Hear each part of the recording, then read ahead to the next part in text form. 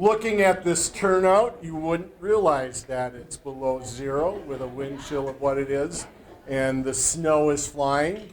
It really does feel like basketball weather, doesn't it?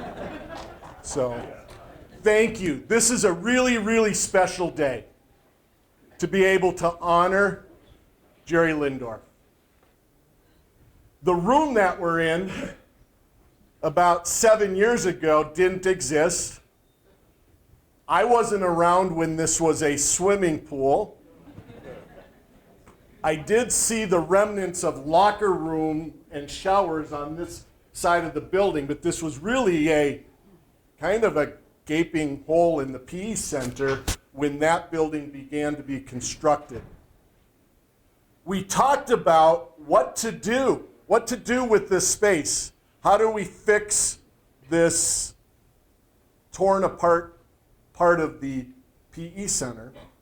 And there was talk about a new entrance. There was talk about needed spaces. And Coach Van Diest, am I correct? There was a room above. Was there a meeting room in this area? Weight room. Weight room. Holy cow, weight room. So, Bill Darcy did. We knew that we needed some space, and we had a vision that, you know what, the PE Center is a very important building to the Carroll campus. It's an important building to the community of Helena. So let's build a space where we can gather. Our teams can meet, they can watch film. The linebackers love this space.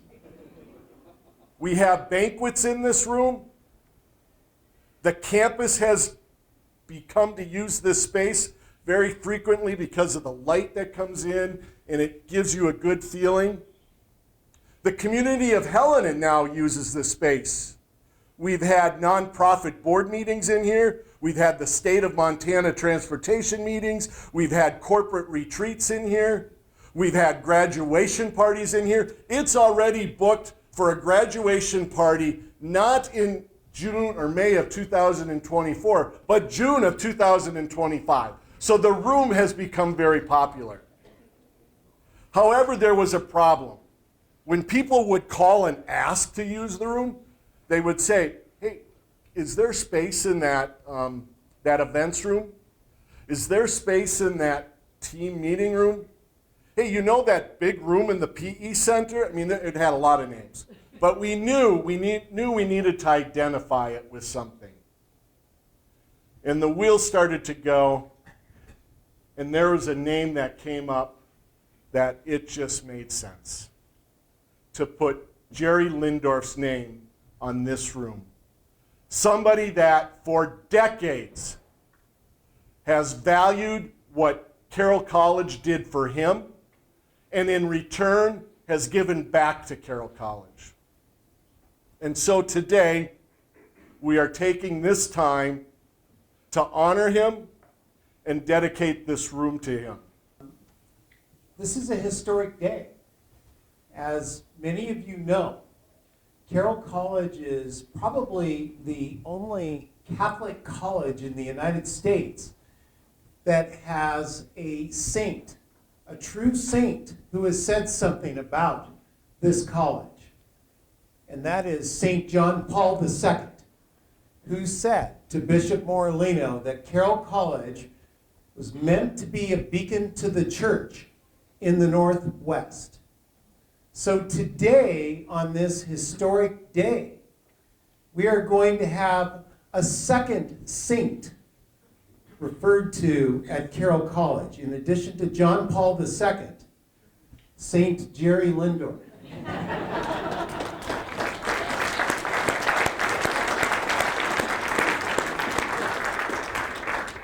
I have special greetings that I extend to you today from both Governor Roscoe and Teresa Roscoe. They tried to drive over here from Missoula, Jerry, and it was just too dangerous. So they contacted me and asked me to extend their deepest love and appreciation to you for all that you do for this college. And they so wish they could be here. And also John and Tricia Runda the same thing, said to send on their deepest love and appreciation. When I think of Carroll College athletics, one of the first names that comes to my mind is Jerry. Being integrally involved with Carroll ever since. Jerry has supported this institution with his financial support now for 46 consecutive years. He's never missed.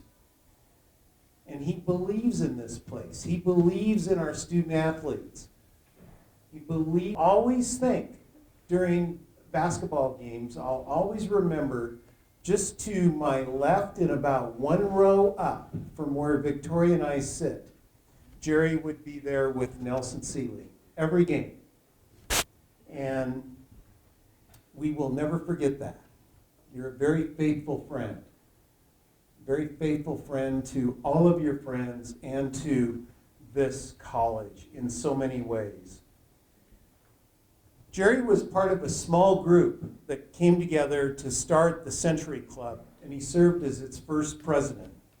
The Century Club is what we now know as the Saints Athletic Association.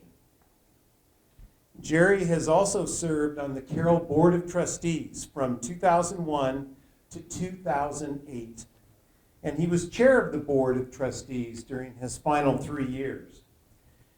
In addition, he's never hesitated to help whenever help is needed at Carroll. So today is a day that we recognize a true saint. A true saint. And Jerry, I've been trying to think of the best words to use to recognize that. And perhaps the two words that come to mind that are the best are thank you. Thank you. I can't think of anything else to say, except there are two other words we can use that kind of fit the mood of the day. And guess what they are?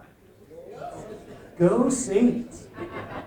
And so I'm going to ask my good friend and former Deputy Commissioner colleague Mick Robinson to be the judge to see if we have to do this more than once.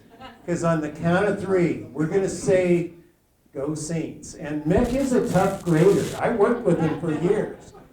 So on the count of three, 1, 2, 3. Go Saints! Mick? I think we need another. I told you Mick was tough. I told you. 1, 2, 3. Go Saints! We pass. It's a tough act to follow, Con. Yeah. So first, just quickly, Dr. Scharf and Charlie Gross, our Director of Athletics. This is a wonderful deal that you put together and to honor this man, Jerome Loendorf. And the reason I say Jerome is because back in 1969, I lived with Jerome in a house over here on 1001 Leslie. Me, John Etchart, Xander Blewett, Jim Dwyer. We were all 21 and full of oats, and Jerome was like 26, and he sort of, he held it down because we were not always the best of citizens. And he wasn't Jerry, he was Jerome. And I've been calling him Jerome now for 56 years, so once and for all, is it Jerry or is it Jerome? You tell me, have I been calling you the wrong name for all these years? My mother called me that when I was young. Now, many of you know that I'm a history buff, and I like a little history, and some of it, Dr. Scharf has covered a little bit, but Jerome graduated from Carroll in 1961. He played 3 sports: basketball, football, baseball. Although he had some injury issues in football, he did lead the league in rushing one year as a running back. He was treasurer of the student council, which was a big deal. They trusted him with the money. He went to law school in 1965 and came back and started law practice with Tom Harrison and practiced law in Helena and made a sterling reputation for himself. In fact, it was so good that in 1971 he was elected to the CONCON, the Montana Constitutional Convention. And this was one of the singular important events in the history of our state.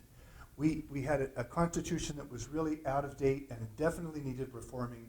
We elected the best people that we could elect from all over the state. Jerry was 32 years old, and he came to the convention, and they put together the Constitution that we all live under now, that we all cherish and appreciate right now.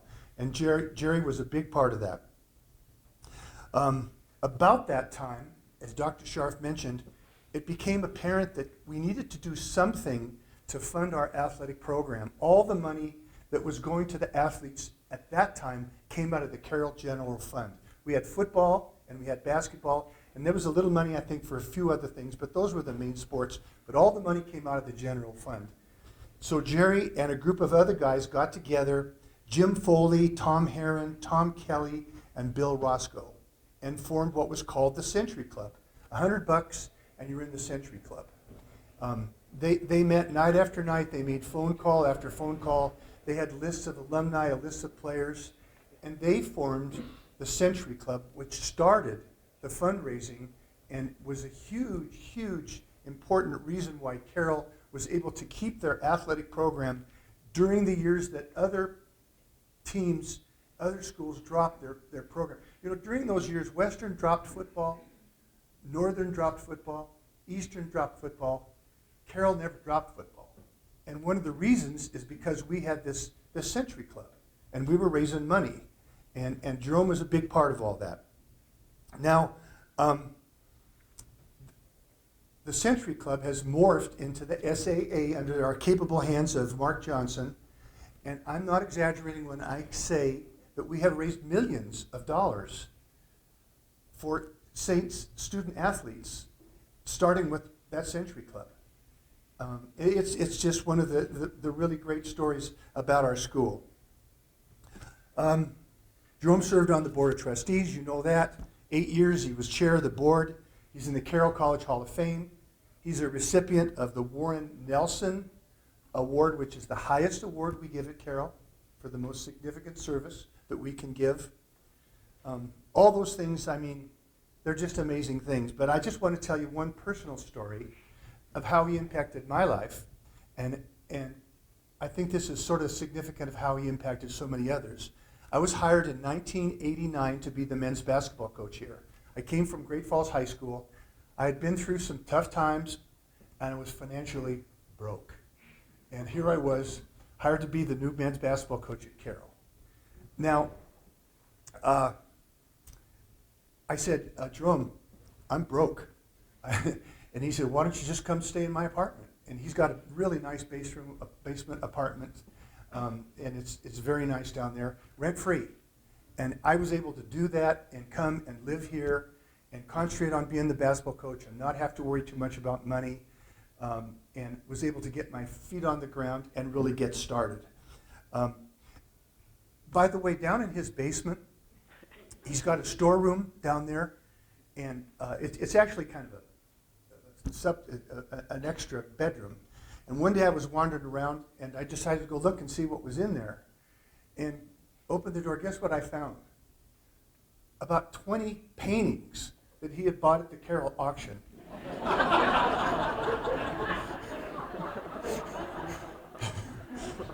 And he didn't have wall space for all of them, so we had them down there.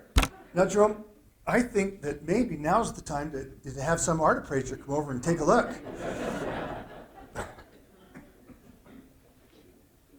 The winter before I got hired, you remember the great train crash that we had? It devastated the town, devastated Carroll. And one of the things that it really, really hurt was our admissions for the next year. You know, normally maybe we have a class of, let's say we have a class of 400. That's just a guess on my part. Well, after that awful crash, our admissions was way down to 200 or whatever. We are tuition driven, and so the budgets were severely cut. And so here I am, hired as the new men's basketball coach at Carroll, and they tell me, well, Coach, you know we promised you a trainer and we know we promised you an assistant coach, but the budgets are cut. We have no money for your assistant coach or a trainer. You're on your own. And I was a high school coach, my first job as a college coach, and now I'm going to have to coach by myself. And I knew I needed help. And to make it even more complicated, I was coaching the best player in the country. I was coaching Bill Pilgrim. And he had not won a championship here. And he was the best player, I think, ever to play at Carroll. He was the best player in the country, and he had not won a championship.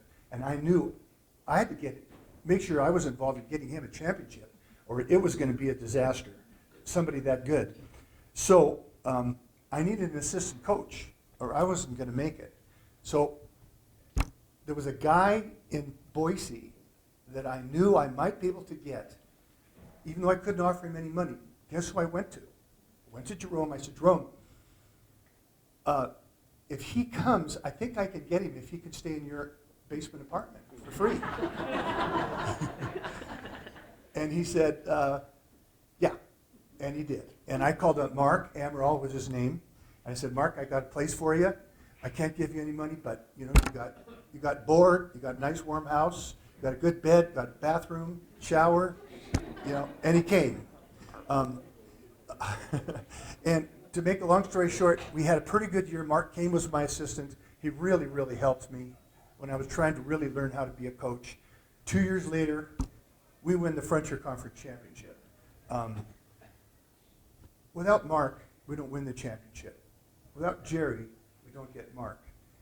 And Bill Pilgrim, I think the greatest player ever to play here, he graduates without a championship. That's what a difference maker. That's what a guy who really makes a difference does.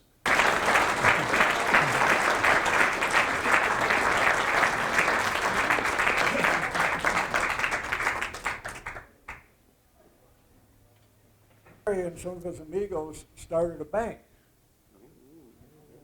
Okay, well, we got about 6 or 7 people here. Yeah, Jerry started the Valley Bank, and in fact, for those at home, about 10 people raise their hands. Jerry started the Valley Bank, and if you go over there today and mention his name, you get a free, no-interest loan. So just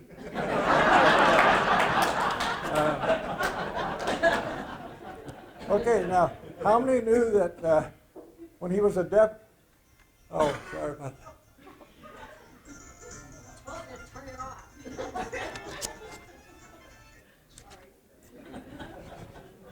So that when he was a deputy county attorney, Jerry was instrumental in ridding Helena of its notorious house of ill repute. Yeah. Well, not too many people raised their hand on that one. By the way, Jerry, some folks are still kind of mad about that. Nobody we know, though. Okay, number 5. This is a 2-part question. How many know that Jerry and his partners started their own law firm? And now they've already spilled the beans on that.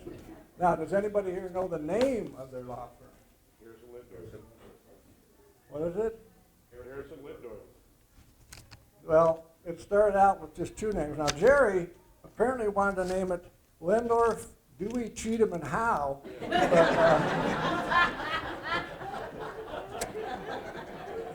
his partner prevailed, and he ended up I think it started out with just Harrison and Loendorf.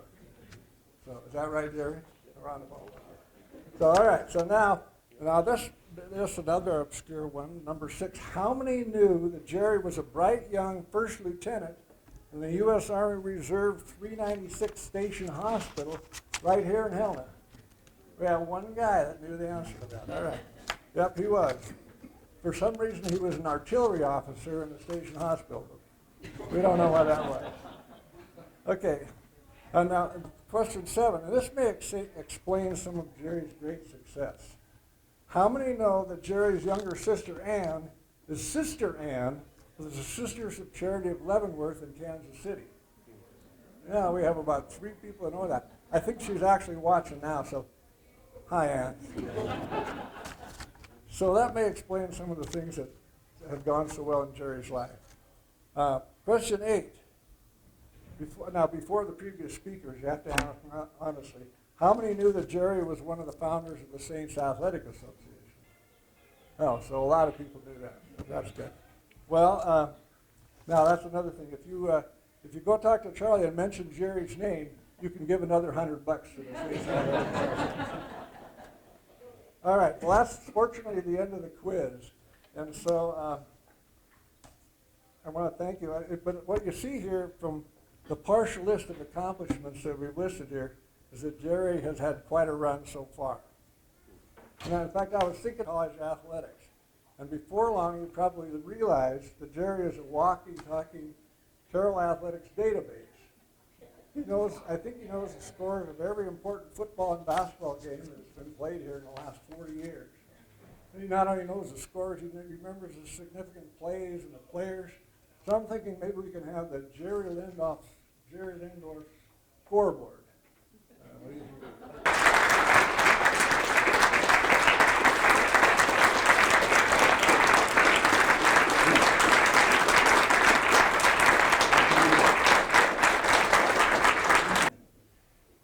I know just to say thank you wouldn't be near enough. And there's some things I think I need to acknowledge. There was a lot of fiction that just occurred, and maybe I can give you the real facts. And this is difficult for me. I haven't been speaking publicly for a long time, and I actually dictated a speech, which I usually don't do. I usually just do an outline, and I may have to read some today. My memory isn't like what it used to be. I could recall the Gettysburg Address for you, as we learned in elementary school, 7 years ago, our forefathers brought this continent a new nation. See the liberty dedicated to the proposition that all men were created equal. Now we are engaged in the great Civil War, etc. I remember just what I read this morning is difficult. So I'm going to rely a bit on my script here. And when I read it this morning, it was almost 40 minutes, so I'm going to delete a lot. I didn't realize that.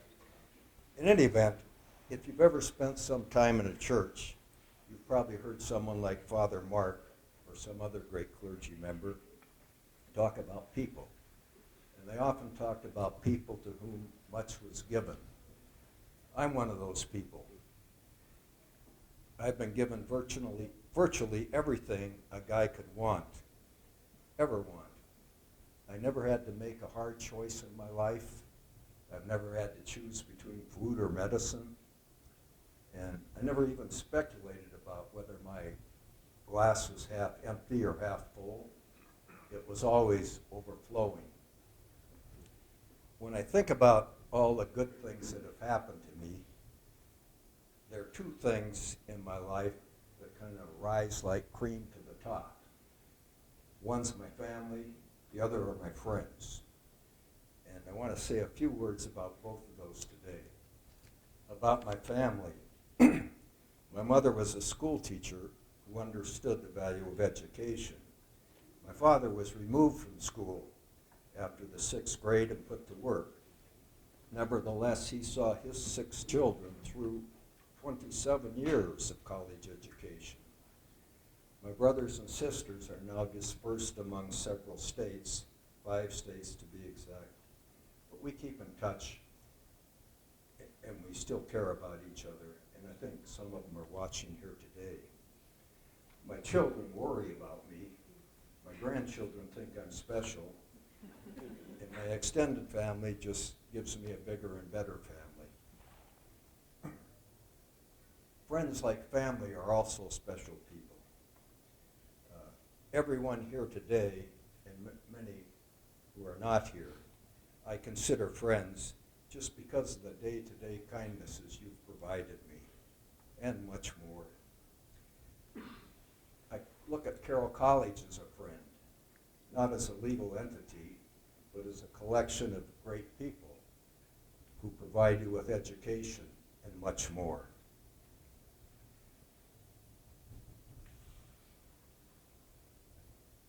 to say a few words about friendship, because before I'm through, I'm going to thank you for your friendship. But I want you to know what I'm thanking you for. So here's what I think about friendship. It's much more than a casual acquaintance. Friendship's more like Christmas. You can't buy it in a store. Friendships, again like Christmas, but just a whole lot more. Friendship includes all the good things we do every day for one another. Friendship includes the trust and respect we have for each other, and much more. Over the years, many good things have happened to me as a result of assistance, guidance, direction I've received from family and friends. And I want to take a little time to illustrate that by relating a bit of my history. During my latter years in high school, my latter months in high school, I was, wondering what was going to happen to me. I thought I might end up in college because my older sister did. But she was a valedictorian. And anyway, one day I was wandering through the kitchen and my mother said to me, "I think you should go to college." And she said, "I think you should go to Carroll College. I have their catalog." That's what she called it. "They have sports and you'll be happy there." I knew then I was going to Carroll College. Because if I suggested anything different, the way things worked in my family, the next day my father would say to me, "Mother and I have talked it over." That's what he called my mom, Mother. "And we think you should go to college." And in my family, in those days, the parents made the decisions. My parents and I never talked together about what college cost, and I never had any idea what the cost was. But when they put me on the train in August of 1957, I had saved up about $1,000 that I had in the bank, and I had my checkbook with me. And I knew if I needed money, I must have enough because my parents would never put me in a position that I couldn't handle. In any event, I arrived on campus early for preseason football. And I learned that for the first time ever, Carroll was giving athletic scholarships, and that if you made the football team, you would receive a scholarship for 1 year, 1 semester's tuition. I made the football team, so I had the fall semester's tuition paid for. Excuse me. When classes began, one of the deans, and I don't remember what he was a dean of, but he worked in the administrative office, called me in and told me that Carroll provided a scholarship to the student with the highest GPA from his high school class, and that I was entitled to the one from Wolf Point. He was very kind, not to mention I was the only student from Wolf Point enrolled.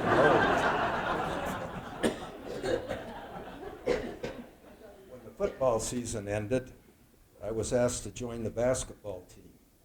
It turned out that came with another scholarship. So before Thanksgiving, the college had provided me with 3 semester tuition scholarships. And in those days, like today, we didn't have more than 2 semesters in a year. So I had a 3rd scholarship I could apply to other costs. In retrospect, I suspect that my mother had talked to the college about the various scholarships, and that's why her and my father never talked to me about money. I should also mention that before the school year ended, the dean who had advised me of the academic scholarship called me in and told me the president had made a rule that a student could not be awarded more than 2 scholarships per year in the future. And I knew that was very fair. The college needed to collect some money from all of us to keep the doors open. But I suspect it was probably a mistake. 3 scholarships. I'm sure I'm the only one that ever had them. But my life's always been so good, I benefit from mistakes. That spring, I caught a ride out to the highway to hitchhike home. I thought I was carrying everything I had in my bag. But if you spend time in this institution, it changes you. And during my first year here, I began to better understand that I wasn't the only person in the world. That there were a lot of people, other people, and they deserved respect. So that year as I went home as a better person. I just wasn't carrying that part of me in a bag. Now,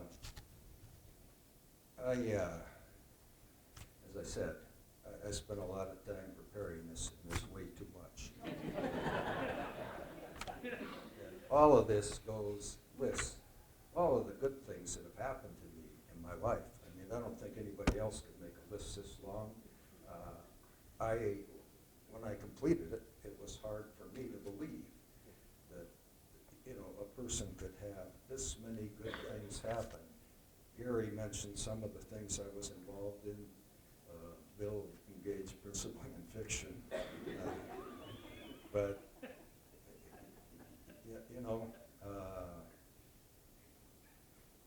I've just had everything. It's difficult to believe. And one thing I would like to mention, though not skip over, is the Constitutional Convention. And what I learned at Carroll helped me a lot in that convention. And what it was things the coaches taught me. And you guys in the back of the room, may think that coaches only teach you to play a game. They teach you a lot more than that. They teach you how to prepare. They teach you how to lead. They teach you how to compete. You learn teamwork. And they just help you develop a certain mental toughness that, together with these other attributes I just mentioned, will help you deal with any problem that confronts you in your life. In addition, everyone at Carroll, not through lectures, but through their good examples, taught you to respect other people. How that was most important at the convention was when you were debating issues, particularly when you were out on the floor with the other 100 delegates and the galleries were full. If you embarrassed or demeaned another delegate, you definitely made it very difficult for that person to work with you on future issues. Whereas if you just exhibited a little respect, for the individual whose proposal you were opposing, just get up and say, I respectfully disagree, and maybe even point out some of the things he said that had merit, but conclude by showing that, your proposal was better.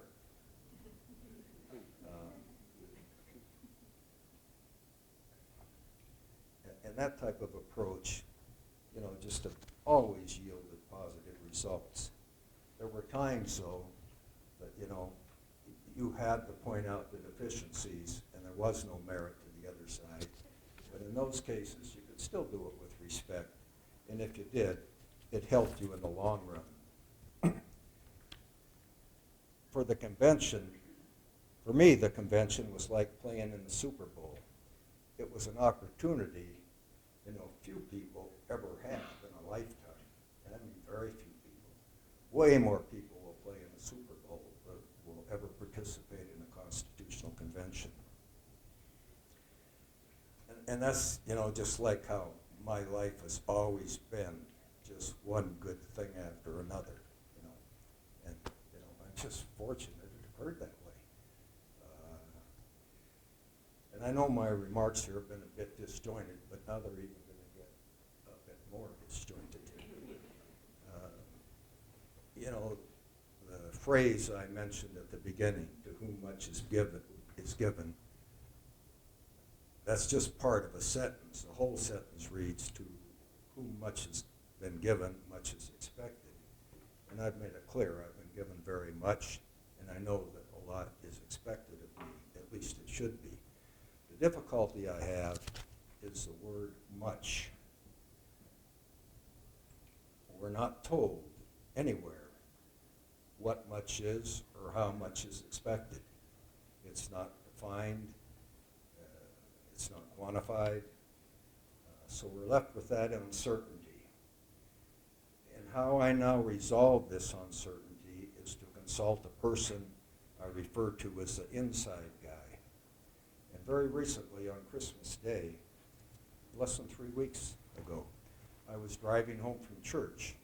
And there were no other cars on the street. That was down 11th Avenue on the east end. And as I was driving past Friendly's gas station, there were no cars in the parking lot.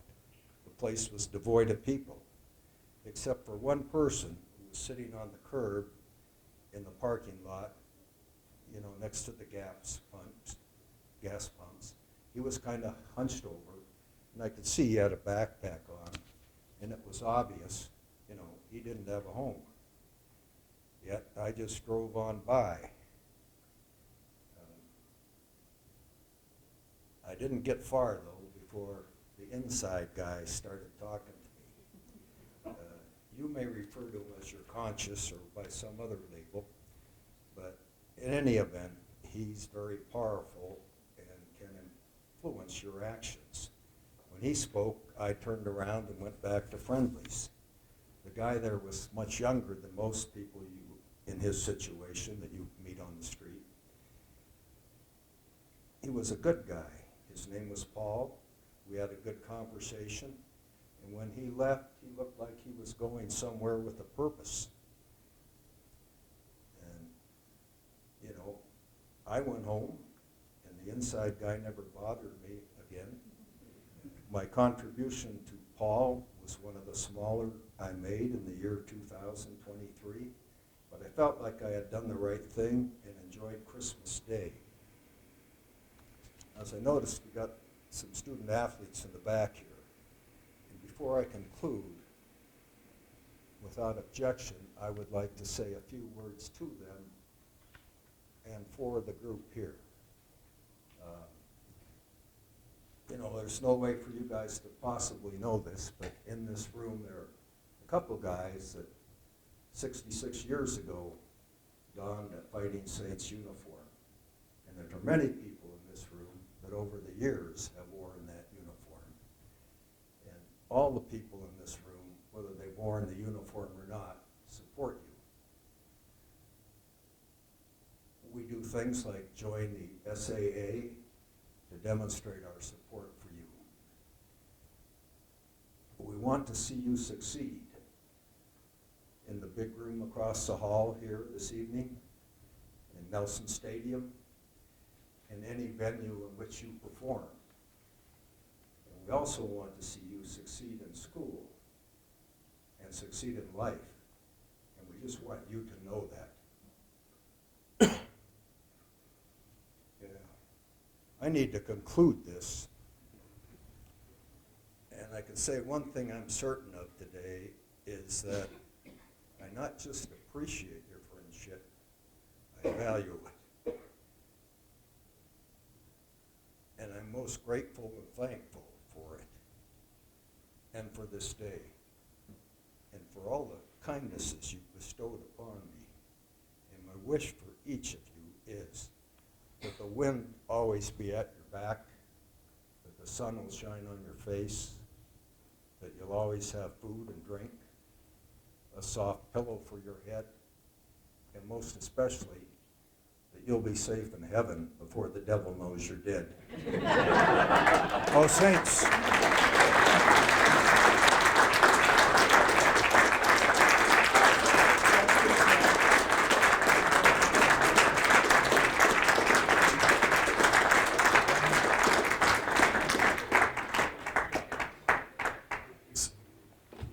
I'm going to borrow a couple people here.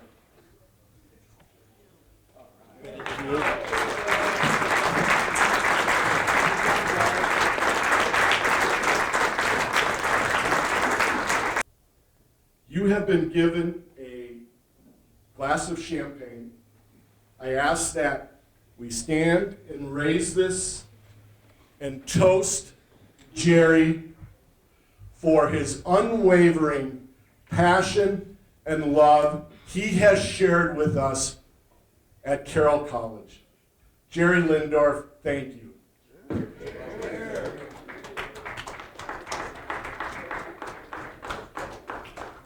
Thank you for your attendance. Jerry, thank you for all that you've done. This is now turning into a social.